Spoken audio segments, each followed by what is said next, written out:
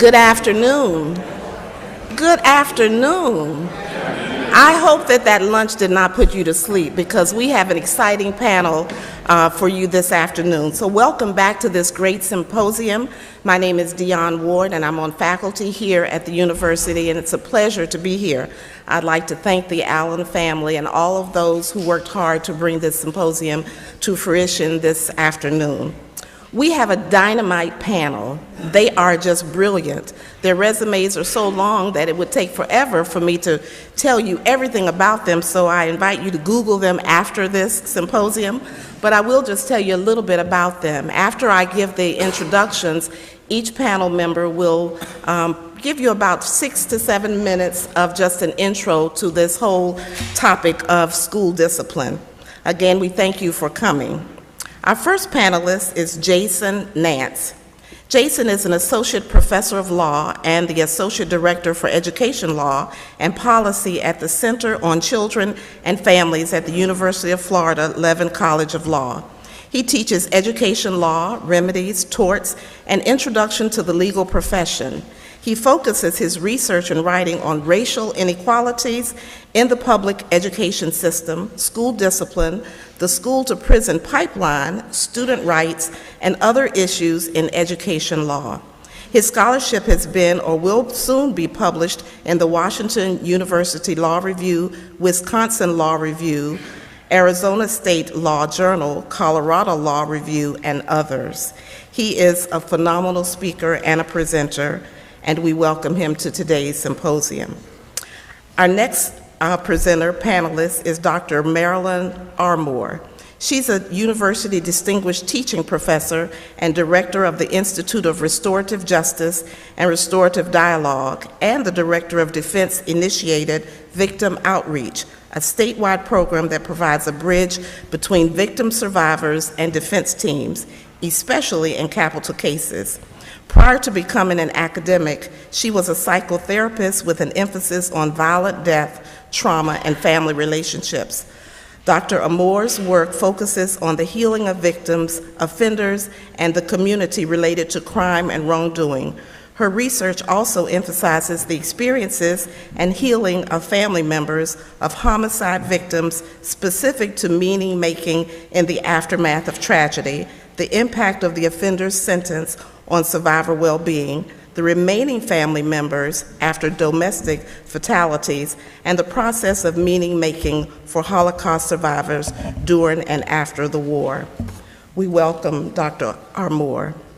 Ms. Pamela J. Meanes is a partner in Thompson Coburn LLP, the largest law firm in St. Louis. She was the first African American in the firm's history to be elevated from associate to partner. Since joining the firm in 1996, she has represented clients such as Furniture Brands International, Metropolitan St. Louis Sewer District, Metro Bi-State Development Agency, Monsanto Company, and many others. In addition, she played a significant role in the land acquisition for the extension of the Metrolink passenger rail system in Illinois. Pamela is the current president of the National Bar Association, having been sworn in as the organization's 72nd president on July 31st, 2014. In addition to having many, many degrees and receiving many, many accolades, she also holds an honorary doctorate in divinity from the New Freedom Bible College. Last but certainly not least, we have Professor Meredith Harbach. She teaches and writes in the areas of family law and civil procedure, and also brings a keen interest in legal pedagogy and lawing theory to her teaching and scholarship. Her scholarship has appeared in the Washington and Lee Law Review and Yale Journal of Law and Feminism, among many other venues. Before joining the Richmond Law faculty, Professor Harbach served as Associate Director of the New York University School of Law's Lawing Program. She has served on numerous boards, has received many accolades, and has also specifically served on the Board of Directors of the National Center of Family Law since 2009. Please join me in welcoming this panel.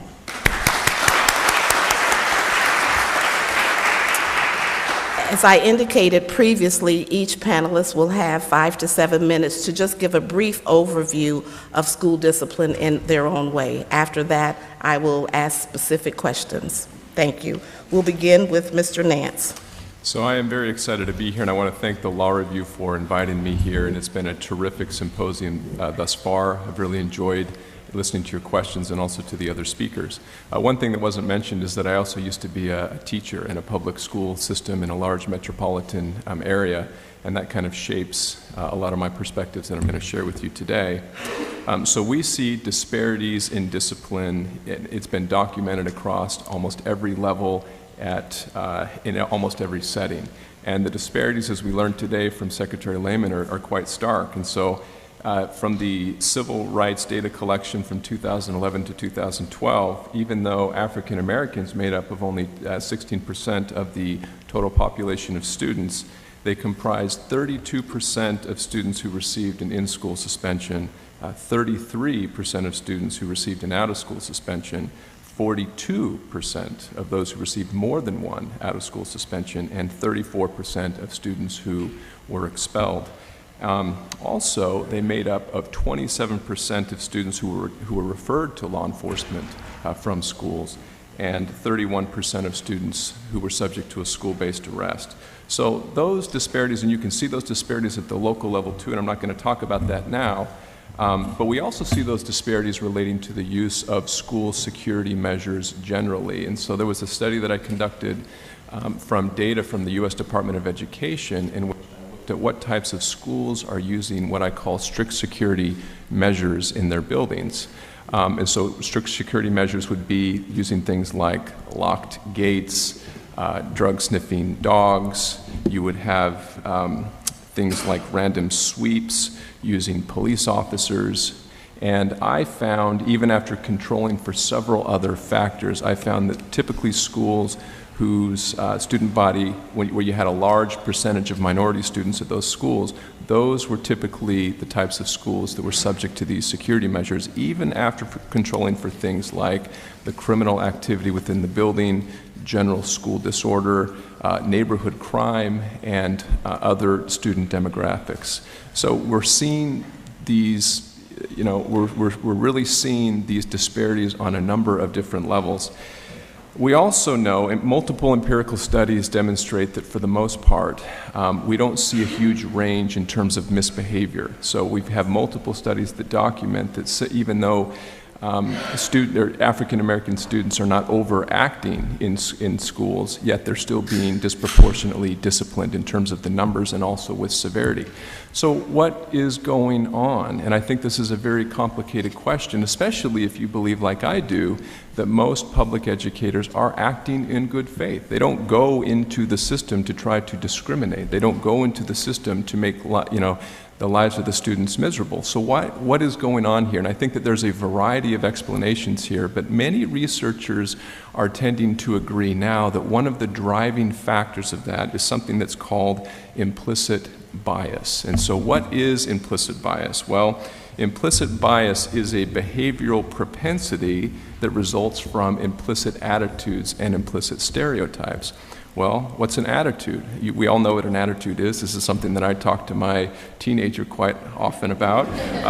It is an association between a concept, and it could be a racial group, and a way of thinking or feeling, which can be positive or negative. And then what's a stereotype? Well, a stereotype is also this association between a concept, which can be a racial group, and a trait of this particular group of individuals. So the thing about implicit bias is that they tend to function automatically and subconsciously, sometimes in ways which would be inconsistent with certain values that the person explicitly says that they have. So, and essentially what these are types of schemas, and we use schemas all the time. So for example, if you come in, these are, if you come into this building today, you see a piece of furniture over here which has 4 legs, you see it has 2 arms, it has a back, and it has a seat. You automatically think this is a chair. And some of you may have come in talking to somebody else, and you didn't sit down and think, this is a chair. Rather, you just sat down and continued to talk to the person. So these schemas, these attitudes, these stereotypes are things that are useful for us, and it helps us to navigate through a very complex world. But also, we have to be very careful of these, because if we're not, they can also subconsciously modify or affect our perceptions, our judgments, and our decisions without our intent or our awareness. And so this concept of implicit bias tends to explain, I think, why we see so many of these disparities, even if these educators, for the most part, may be acting in good faith. So what do we do about this? How can we help people confront and understand what these implicit biases are? How can we help people debias, and so that they are treating all people fairly? Well, I think most equity-minded individuals want to treat people fairly. I want to treat somebody fairly, but I know that I do have these implicit biases. And by the way, if you want to check to see if you have implicit biases, you can go, there's a test called an implicit association test, and if you just Google that, you will be able to take a test relating to various biases regarding religion, people with disabilities, race, gender, and the most part, you see this on a variety of different levels. So what can we do about this? Well, first of all, I'm not going to spend a little, my time is almost up, but there are certainly a lot of different alternative measures that we can use rather than suspending, rather than expelling, rather than referring people to the juvenile justice system. Things like positive behavioral interventions and supports, restorative justice, which Marilyn is going to talk about at length, social and emotional learning, engaging teaching, helping students to engage more in the classroom, teaching them better classroom management techniques. But they also need debiasing training. They need to be aware of what this is, and there are experts throughout the country that can teach educators exactly what these biases are and how to confront them. Interestingly, we see that these biases tend to manifest themselves at what's called a vulnerability point. And so when someone is making a decision, and if at that particular moment we see that that person is under a lot of stress, this person is fatigued, perhaps there's a lot of information there, new information, we call that information overload, that's when researchers see that that tends to be the time in which these biases tend to manifest themselves in a more pronounced way. So just teaching students or teaching teachers and administrators to realize and recognize, is this a vulnerability point for me? Is this right before lunch? Is this right before the end of the week? Is this right before the end of the day? Is this right before the end of the year? And if teachers will and administrators will kind of run through some of these checklists to make, and really slow down and make sure that they're not acting on some of these stereotypes and attitudes, it really can go a long way. Last two things, reducing ambiguity within the school codes. What do I mean by that? Is that we tend to see these disparities with ambiguous types of codes. Things like, well, you can send a student to the office or even to law enforcement for something that's called disruptive behavior or talking back to a teacher. Well, what does disruptive behavior mean? That could mean different things to different people, and we tend to see those disparities when you have these ambiguities within the code. And so there's a movement, there are some school districts that have really tried to reduce and clarify when it is that you can discipline students rather than having more ambiguity. And finally, requiring schools to report on a disaggregated basis their disciplinary actions and making that data publicly available to lawmakers, to parents, to civil rights activists, and really explaining the reasons behind why we are disciplining students would also help them be more accountable for these disparities. So I'll stop there. Thank you. Dr. Armour? Good afternoon. I want to thank the Law Review for inviting us today. I think this is an incredibly vital topic. Witness the number of people we have here today.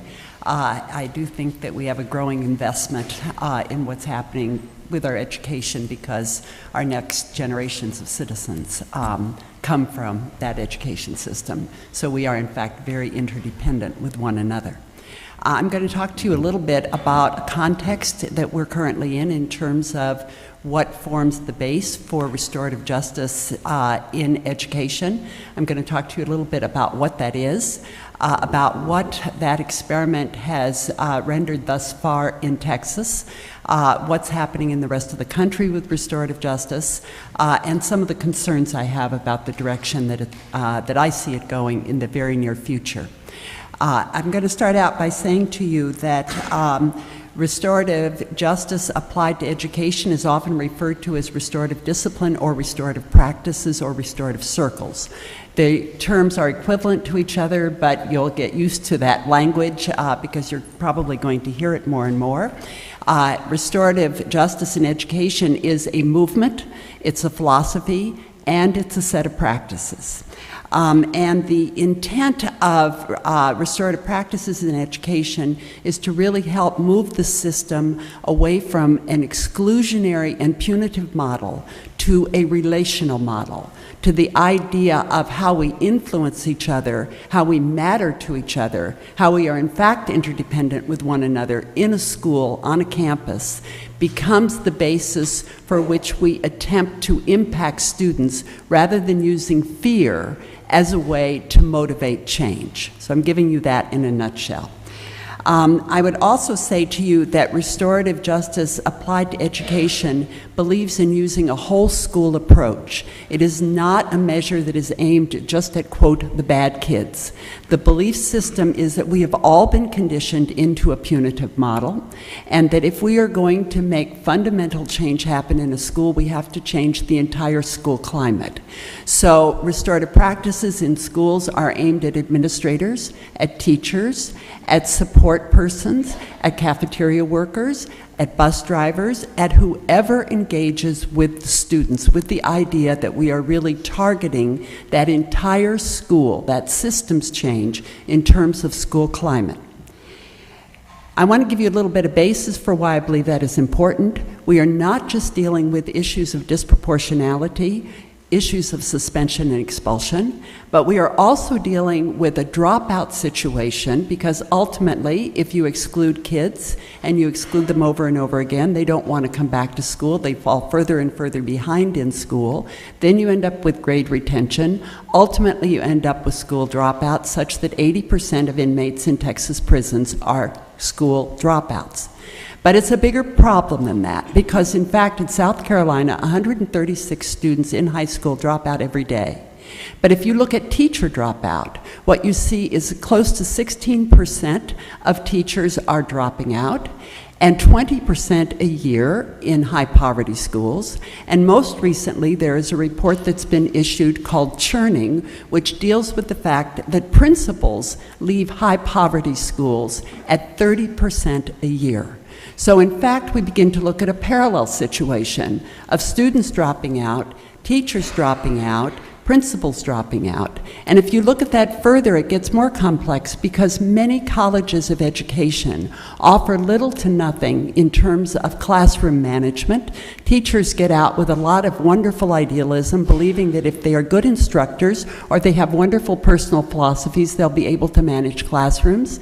They hit the classrooms, they're not able to do it. There's no assistance for them. Consequently, they get the same discouragement that the students do, and they drop out. And last, I would suggest to you that we have what is increasingly called a cultural adversity gap, which is that 80% of our teachers are white and 83% are female.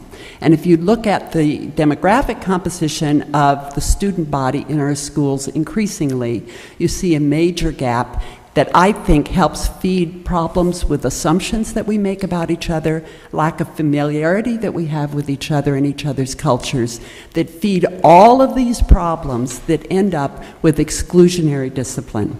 So what is restorative practices? It's a whole school approach for building school climate and addressing student behavior that fosters belonging over exclusion, social engagement over control, and meaningful accountability over punishment.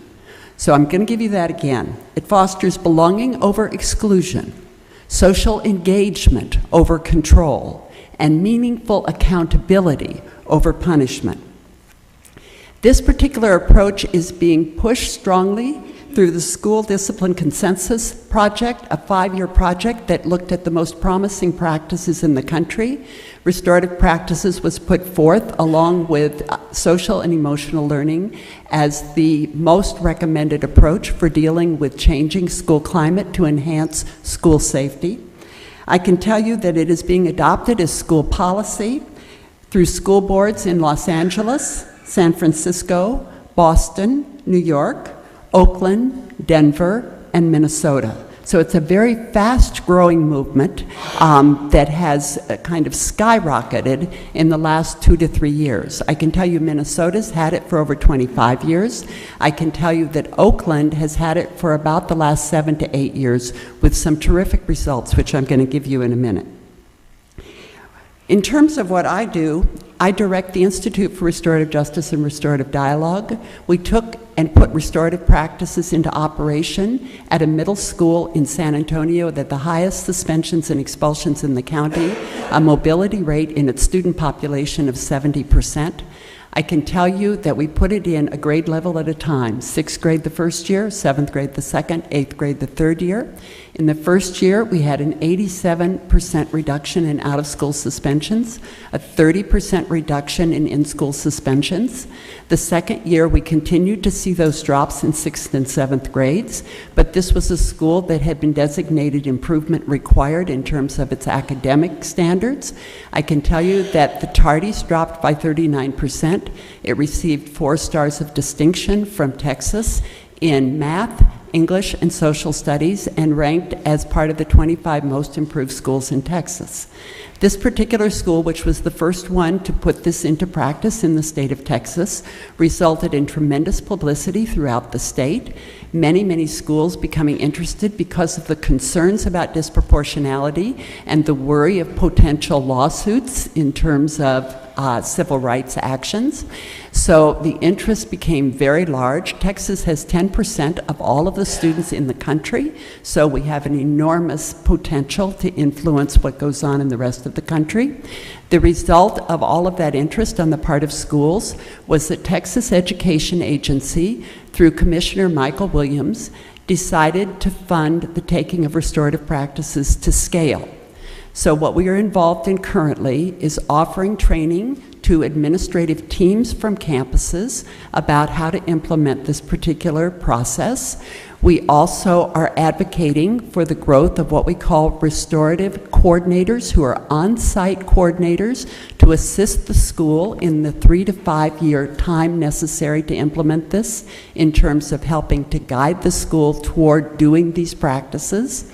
We are offering training for restorative coordinators, and the way that we are doing this is that Texas is divided into 20 regional service centers in terms of how the whole school is mapped out for providing assistance to school districts throughout Texas.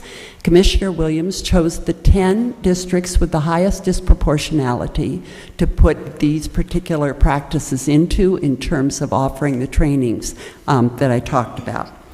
I'm going to finish up quickly by just saying to you that we know we have a lot of information actually on the effectiveness of restorative practices. The numbers I gave you about out-of-school and in-school suspensions have been replicated numerous times at other schools. Oakland has been the forerunner in the country in terms of putting coordinators into schools. It was only after they put coordinators in that restorative practices began to get a tremendous amount of attention. One of the schools that is often cited is Bunch School, which is a DAEP school in which they have graduated all of their students over the last 2 years. They have had no suspensions over the last 2 years. There is a recent study that came out last year on the Oakland schools in terms of those that had restorative justice and those that did not. I can tell you that in 3 years, the restorative justice schools, their suspensions dropped from 34% to 14%. The black-white discipline gap went from 13.2% in the restorative justice schools to only 18% in non-restorative justice schools. The graduation rates in the restorative justice schools increased from 60%, increased 60% from 45.4% to 71.9%.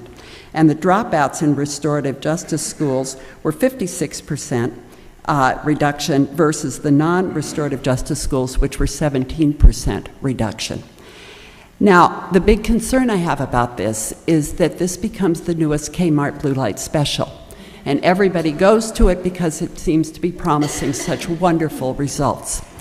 Part of the difficulty is we have schools now trying to put this in fast and furiously. So Los Angeles Schools, which is one of the largest school districts in the country, is trying to put them in by 2020 in terms of a huge number of schools. I forget how many they have to do a year, like 120 schools a year. In Maine, they're putting it into 35 schools in 2 to 3 years. Pittsburgh has put their entire school system into this so that they've got a control and experimental design going with 22 schools all putting it in at the same time. This is a very slow process. You don't create relationships overnight. It's at least 3 to 5 years. It's a slow crock pot cooking that makes it happen because you have an additive effect where you're trying to change the school climate one little piece at a time. This is a huge mind shift in how we've all been conditioned. You don't do it fast. So I have tremendous concern that the way we're doing it, because we want something expedient, because we're hungry for solutions, because there don't appear to be a whole lot out there, that we grab onto this, and then when it doesn't work, we decide that restorative discipline or restorative practices don't work, rather than looking at how we've implemented it. A second core issue has to do with the need to focus on teachers. We tend to go in and focus only on the students, but teachers need a lot of help to implement this model, particularly given what I've told you about how students land, or teachers land in schools. And then the last challenge to restorative practices has to do with the invitation to legislatures to do their part in this, which is to mandate restorative practices, which I am firmly against, because for the same purposes of too much, too fast, you can't legislate relationships. I believe we need a diffusion model, not a top-down model. So I've been very active with my Texas state legislators, going to them and asking them, please not to mandate it, because most often they'll mandate it with some kind of legislation with no resources to back it up whatsoever. Thank you. Thank you very much. Ms. Meanes? Thank you so much, and thank you to the law school for having me here. I do want to make one correction to my bio. I'm the immediate past president of the National Bar Association. Bless God, my term ended on July the 23rd, 2015. My partners are welcoming me back with love. A 14-year-old Huron County girl faces assault and battery charges because she threw a baby carrot at one of her former teachers. School disciplinary documents allege a baby carrot was used as a weapon in an assault and battery. Huron High School student threatens to do chopper rounds in his hallway. Ames, Iowa middle school student brings BB gun to school. 16-year-old Minnesota Hardin High School student told St. Paul police he brought a loaded gun to class to protect himself from a gang. Police arrest a 15-year-old high school student in Boston who allegedly brought a loaded gun to school. A East St. Louis native, 7-year-old documented bully, controls and motivates the classroom, removes a switch from a tree, threatens to whoop the individuals in the class if that individual doesn't obey her. Has everyone in the classroom terrified? Has everyone afraid? These are the real issues that teachers, administrators, and parents have to deal with. I told you 6 stories. 5 of them happened in the month of October. One of them happened over 40 years ago. the little girl, the bully, the native from East St. Louis, Illinois, is sitting before you.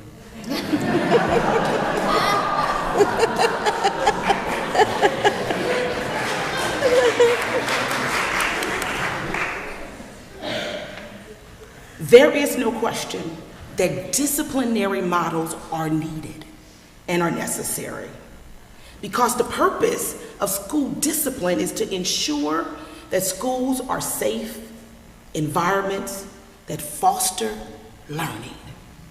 And when chaos is happening, learning is not possible.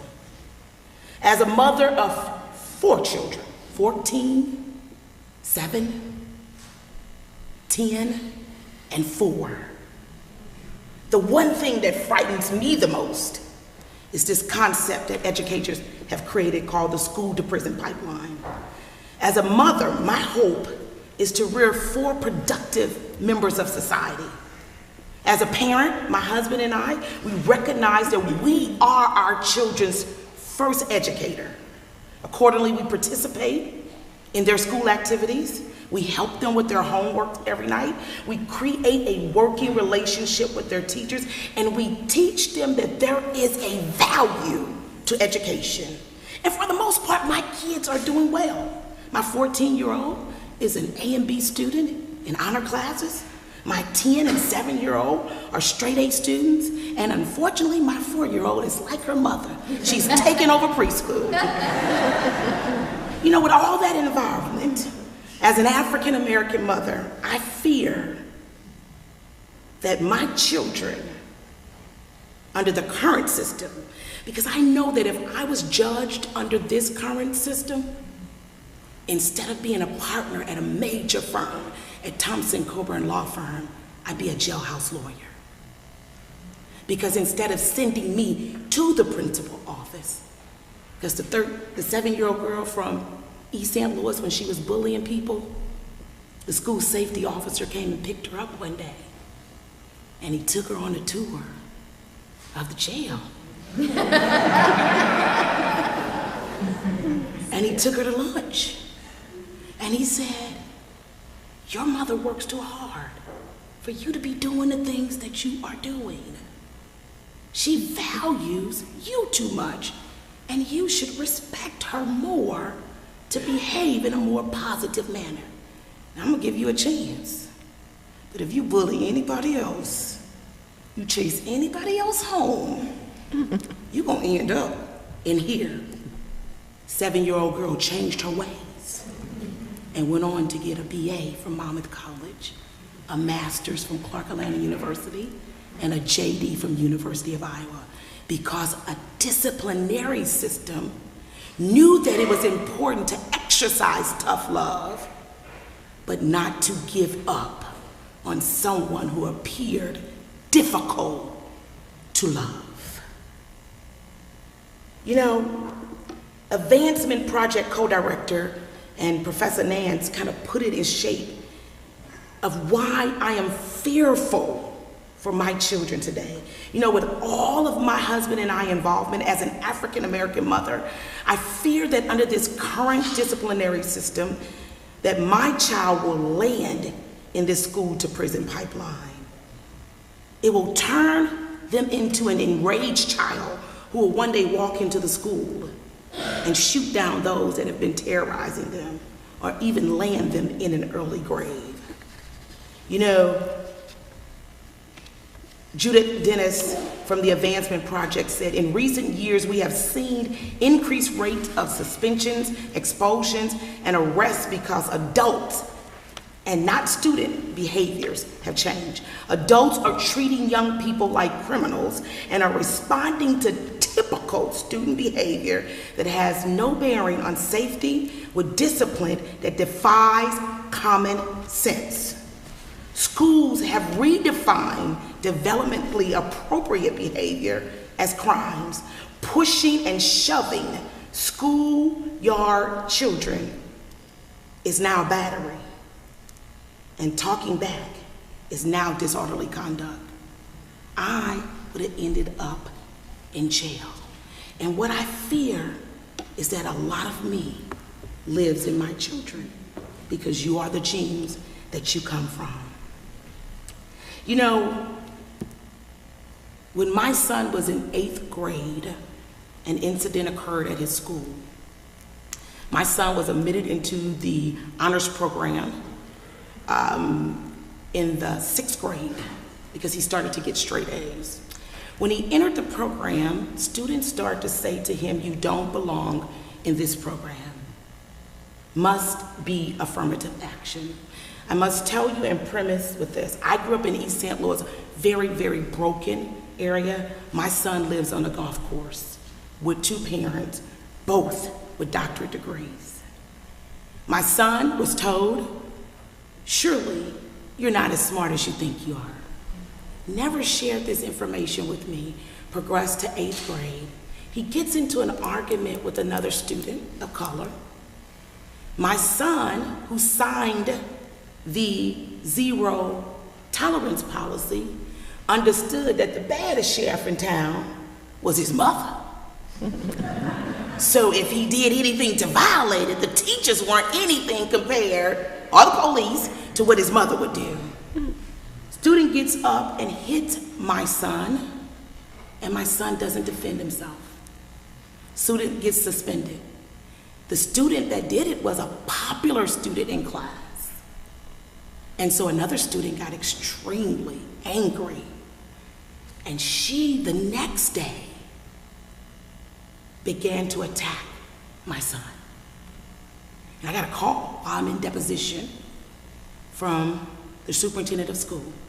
He says, "I have your son in the office, want you and your husband to come down. Nothing's wrong." We go down, and the superintendent says to my son, "What have you done to make them not like you?" You know, it has to be something, because they say you think you're arrogant. They say you think you're better than they are. They say that you ignore them, that you dismiss them. Then he said to my husband and I, "You know, I think maybe the problem is, you know, we're not used to many African American boys having 2 parents or even living on a golf course." Then the East St. Louis came out in me.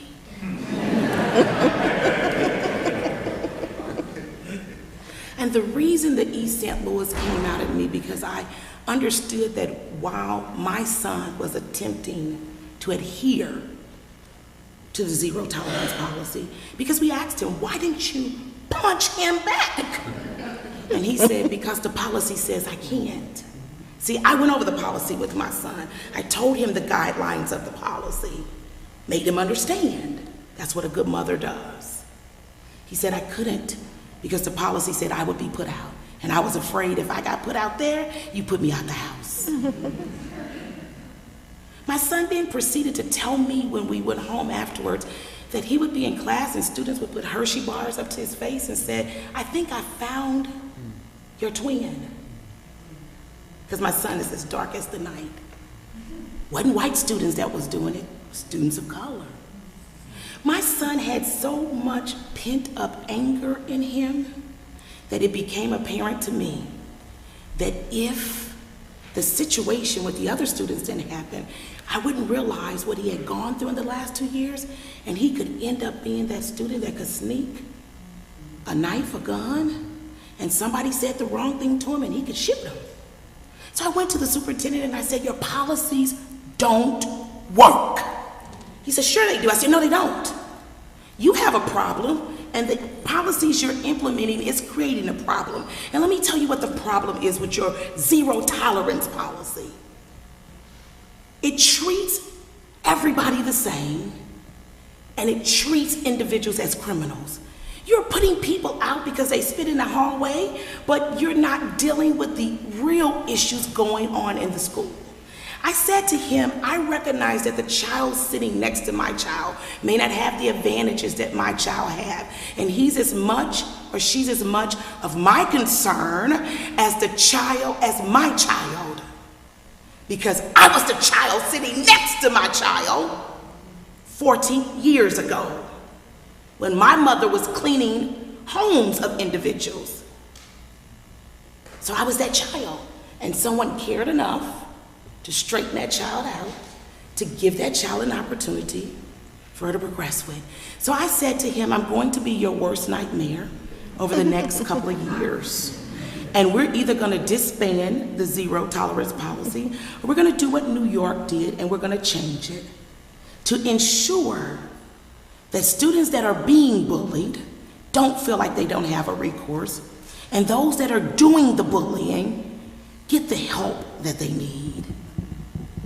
No, you're not required to be their parent, but maybe I can take on a mentorship. So here's what I did during my bar year, and I'll be real quick. As president of the National Bar Association, one of the issues that I made, one of my primary issues, is education as the new civil rights. The statistics that Professor Nance shared with you terrified me. And the fact that those statistics were coming from the zero tolerance policy, and the fact that my son was experiencing that, I decided that it was time for lawyers, black lawyers, because African Americans were being disciplined at a higher rate than anybody. And if we're not gonna help and be a part of the solution, then who will? Charles Hamilton Houston said that a lawyer has a choice to be a social engineer or a parasite on society. And as it related to education, we had been parasites. And I wanted to convert us into social engineers. So what I did, instead of us just talking about the issue, I decided to start a national program whereby African American lawyers would volunteer to represent students at disciplinary hearings. And we set up this national program, and we set up a program whereby we partnered with the Lawyers Committee on Civil Rights and the Advancement Project to design a national training program that when the individuals signed up, they could then be trained, and then they could go out and represent them at suspension hearings, African American students at suspension hearings. The second thing that we did is we began to educate our members about this issue. We had an education watch that we put on our news brief, and that continues to be on our news brief. In addition, we held a symposium like this, 4 of them around the country, one in New York, one in New Orleans, one in Arkansas, and one also in California. And in those symposiums, we addressed the issues you're addressing here today, but we talk solutions. Because unless we're talking about what practical things we can do until restorative cooks long enough, because a child like me didn't have long enough to cook in the pot. I needed intervention. And so part of that intervention is I got with the 100 Black men and said, could you plug us into your mentorship program? They have a program whereby they mentor young ladies and men in a country. I said, would you be willing to do this? If we actually represented a student at a suspension hearing, would you be willing to take them into your mentorship program? And they said, absolutely. One thing I believe is we should not reinvent the wheel. There are people doing some excellent things out there, and we need to plug in. So what I wanted lawyers to do was to do what they do best, represent individuals.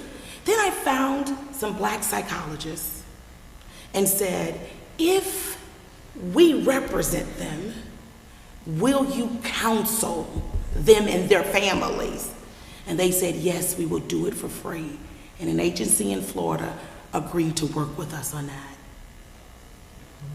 Is it the best solution? No, but it's a solution. In addition, we also decided to now tackle zero tolerance policy. We're currently looking for a state to knock the policy down. There is a standard, a legal standard, that said if you can prove that a practice is discriminatory, but it can't be overall everywhere, it has to be in that particular place, and you make them aware of that policy, they do nothing to change it, we can challenge it. So I told Collinsville School District that they had a choice.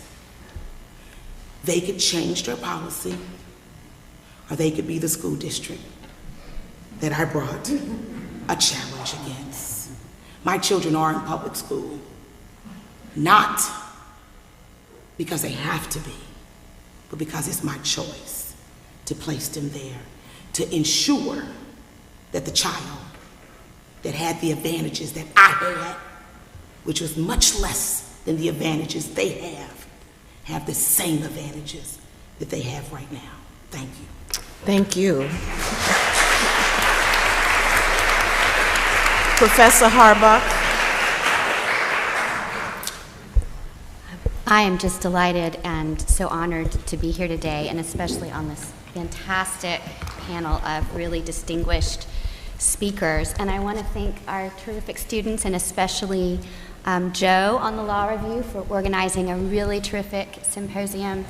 And then finally, one of the best parts of the day, to my mind, is celebrating my colleague Kimberly Jenkins Robinson and the introduction of her new book this afternoon. So I encourage you guys to stay around. So I'm going to talk about a slightly more discrete issue with regard to school discipline. I'm going to talk with you about gender, sexuality, and public school dress codes. So if you follow social media or you happen to parent a teenager, you might have noticed a rash of reporting on the latest battles over school dress codes and their effects and implications, especially on transgender students and girls. I have a couple of anecdotes from here in the Commonwealth. In 2012, the school board in Suffolk County, Virginia, adopted a dress code that prohibited, quote, any clothing worn by a student that is not in keeping with a student's gender and causes a disruption and or distracts others from the educational process or poses a health or safety concern. Just last year, here in Richmond at the Maggie Walker Governor's School, school administrators made an extemporaneous dress code announcement over the PA system. They said they would shortly be performing a school-wide short-length spot check on any girls found to be in violation of the rule would be forced to change. What is more, if at least 10 girls at Maggie Walker broke the rule, all girls would be banned from wearing shorts for a day. There are lots more I could go into. A number of commentators have likened some of the policies, especially those directed at girls and young women in schools, as, quote, slut-shaming, and girls around the country have mobilized and organized under the Twitter hashtag, I'm not a distraction. But despite all of the hand-wringing and the outcry on the Twitter sphere, there are real legitimate concerns that these anecdotes raise. They raise concerns about differential grooming standards as either sex stereotyping or sex discrimination. And of course, this is not the first time school dress codes have been in the spotlight because of concerns about discrimination. The first generation of cases in the late 60s and early 70s had to do with long hair bans for men and pants bans for women. Those were largely struck down. Fast forward a couple of decades, and the concern became gang-related or affiliated dress, or dress that was perceived to be that way, being banned in the public schools. And the latest generation of concerns focuses on transgender students and others that may dress in gender non-conforming ways, as well as evolving dress preferences for girls, and I'll out myself as the mother of 2 little girls, so things like skinny jeans, leggings, and yoga pants.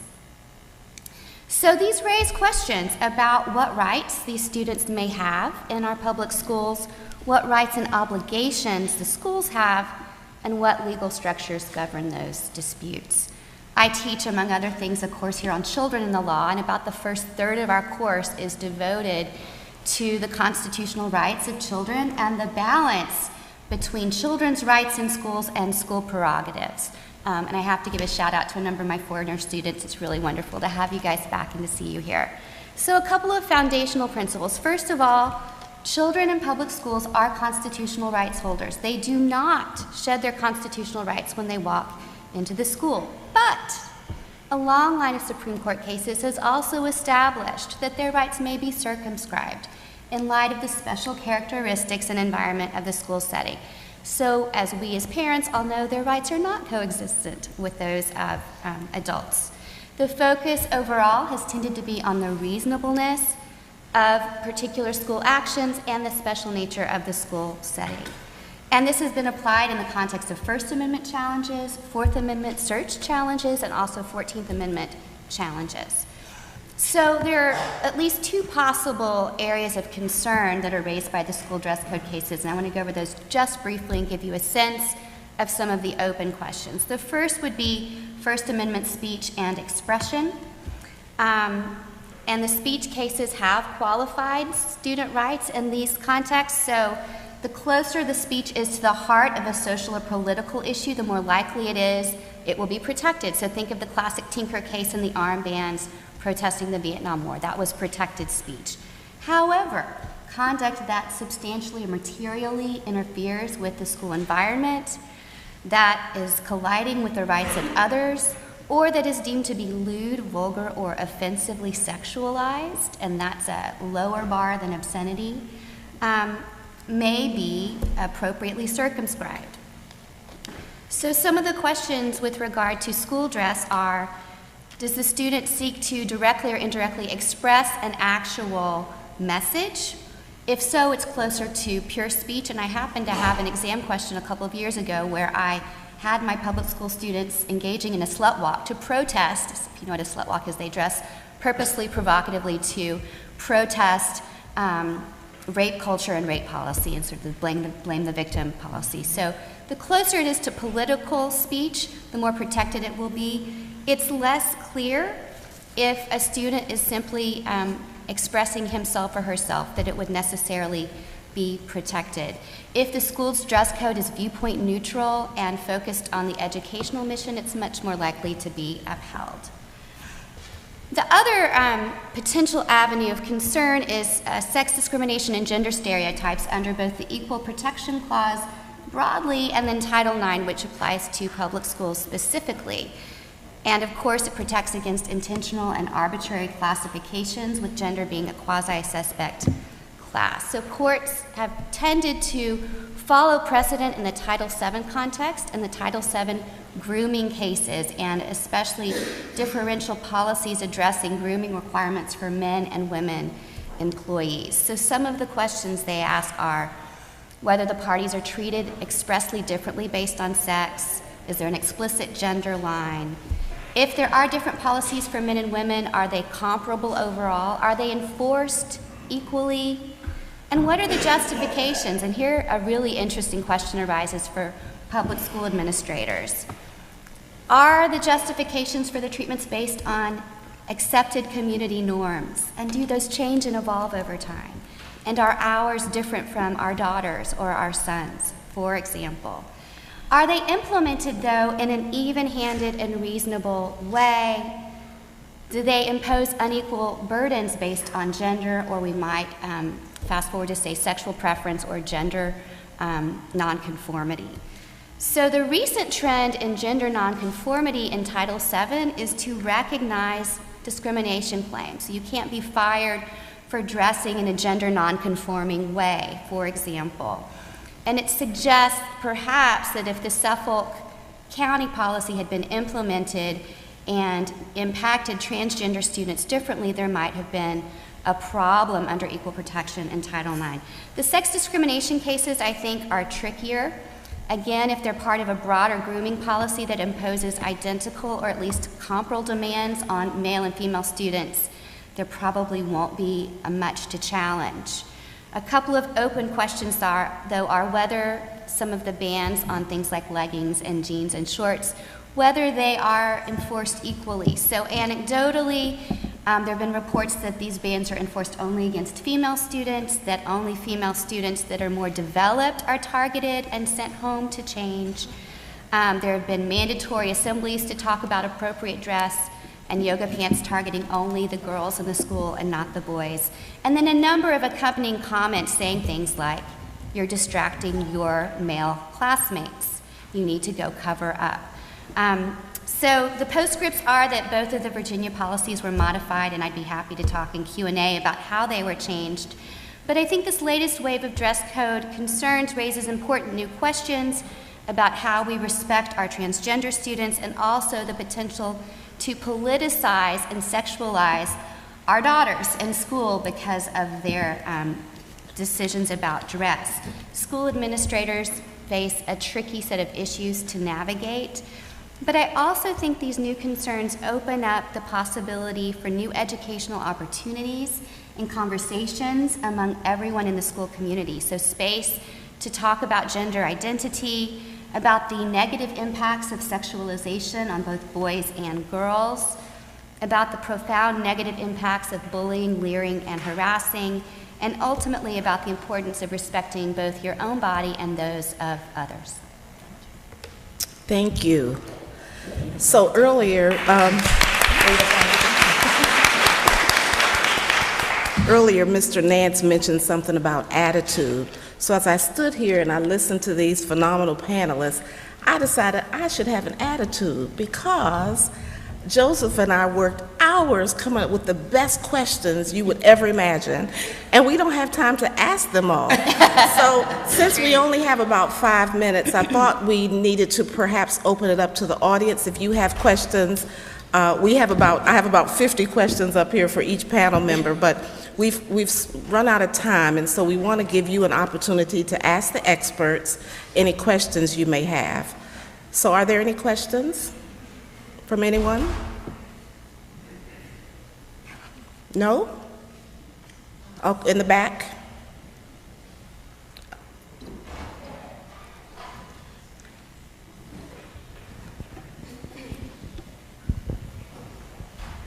Hi. I'm Professor Harbach. So I'm a student here at the University of Richmond School of Law, and I've taken a number of classes with Professor Harbach and Professor Robinson. She's around here somewhere. Oh, right there. And while listening to you guys talk, I think I'm very optimistic. It sounds like you have a lot of good solutions for how to address school discipline. But one thing that I couldn't help but think while you all were speaking was that your solutions seem very reactive rather than proactive. I've also been a part of the Children's Defense Clinic here. We represent children in juvenile proceedings. And one thing that I've seen through that experience is, my clients have all been suspended or expelled from school. And they're doing some of the things that you guys talked about, throwing chairs at teachers, acting up things that, aren't really going to be accepted in most classrooms. But one thing that I've seen with them is, and one question that we've discussed in the Children's Defense Clinic is, why are they acting this way? What is causing them to act up? And one reason that I've seen with my kids particularly is trauma.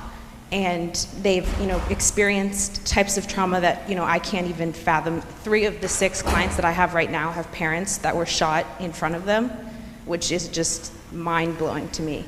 But that helps to explain a little bit of why they're acting up in class. So I see you guys have a lot of reactive solutions, but I worry that the field of academia isn't concentrating on preventing these behaviors and addressing why these things are happening and why children are acting this way, and providing schools and educators with the resources to help that behavior from happening rather than dealing with it afterwards. So I'm wondering if you guys have any ideas, or any of the solutions that you guys talked about also include a preventative, I don't know, for lack of a better word, measure at all.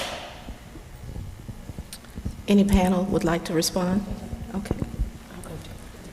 I didn't have a chance to really talk about what restorative practices are all about in depth, but if you look at them, the whole model is built upon a prevention-based scheme in terms of putting restorative practices into the classroom so that there is opportunity in the classroom for students to be in what's called restorative circles, where they are able to speak to what is happening in their lives, what's happening during the day that affects their learning, that allow the teacher and the other students the backstory on what's going on in their lives.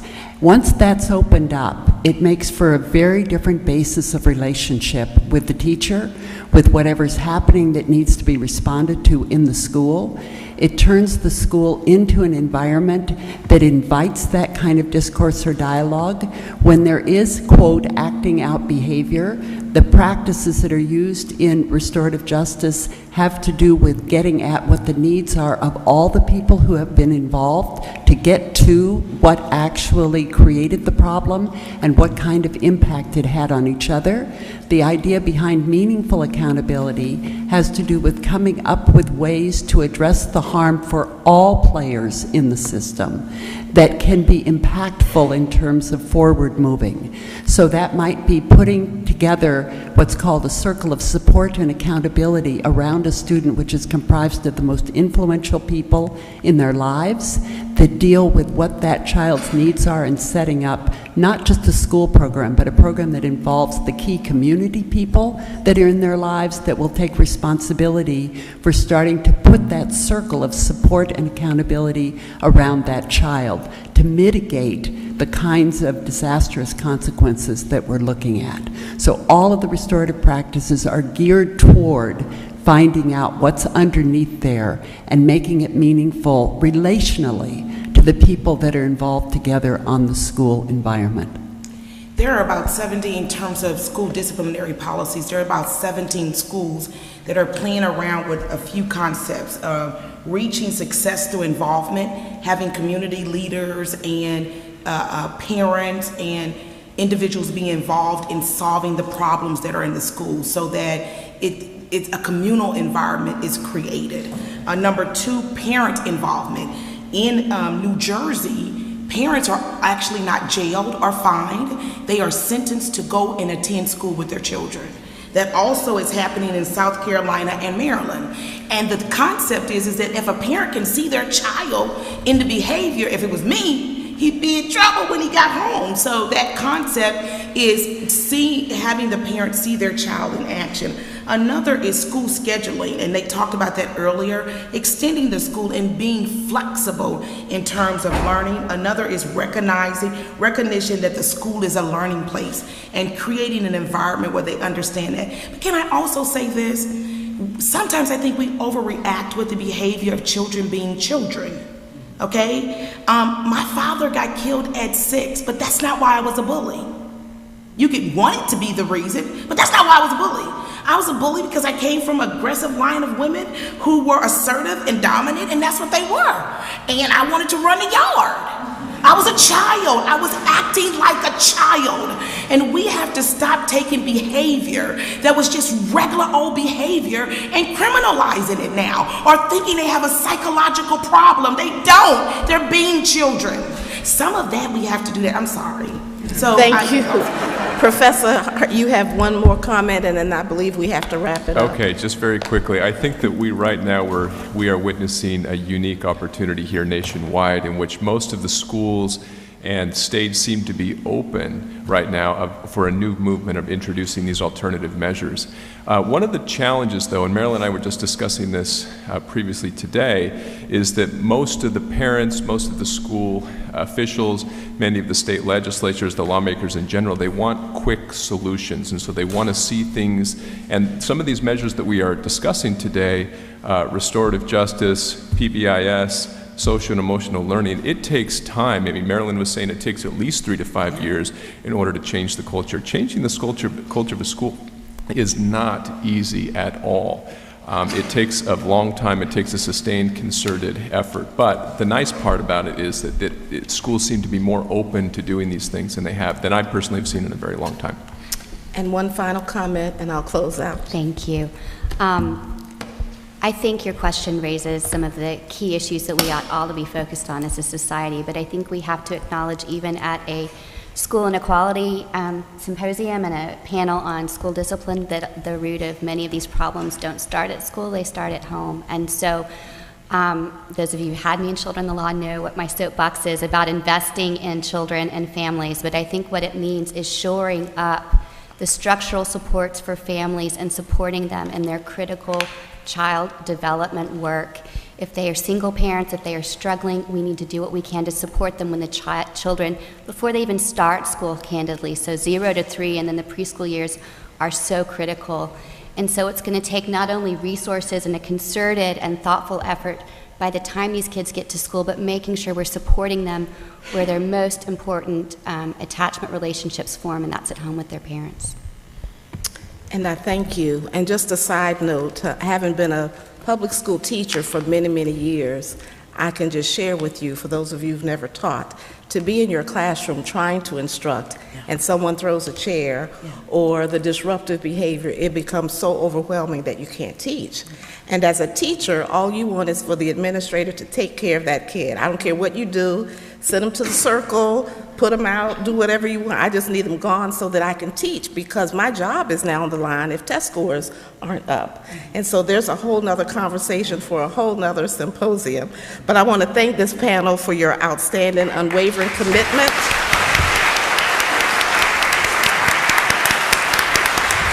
It has truly been a pleasure having them, and thank you, audience, for your attendance and participation. Thank you. Only over by 5 minutes.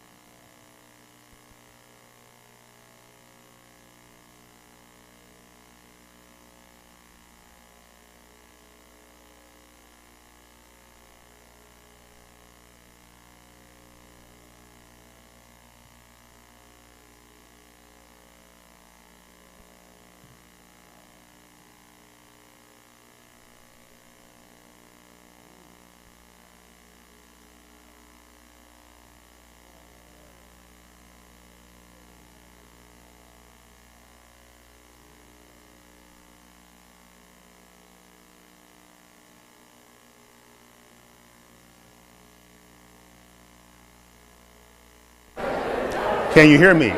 How's that? Yeah, that's good. Okay. I think. All right, so.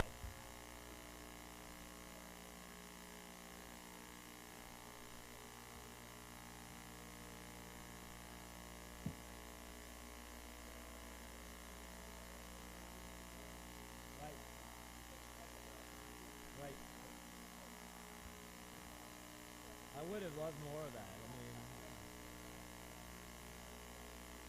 I mean, 1, 2. Check 1, 2. Check 1, 2. It's up in the lobby. Check 1, 2. Okay, 1, 2. yeah, it's Check 1, 2. on my 1, chair, 2. but whenever you're ready to go, check 1 2 2 2. Okay, so yeah, that's cool. I'll have to turn you up a little bit. Check 1, 2 1 2. Okay. So I'm gonna turn it off.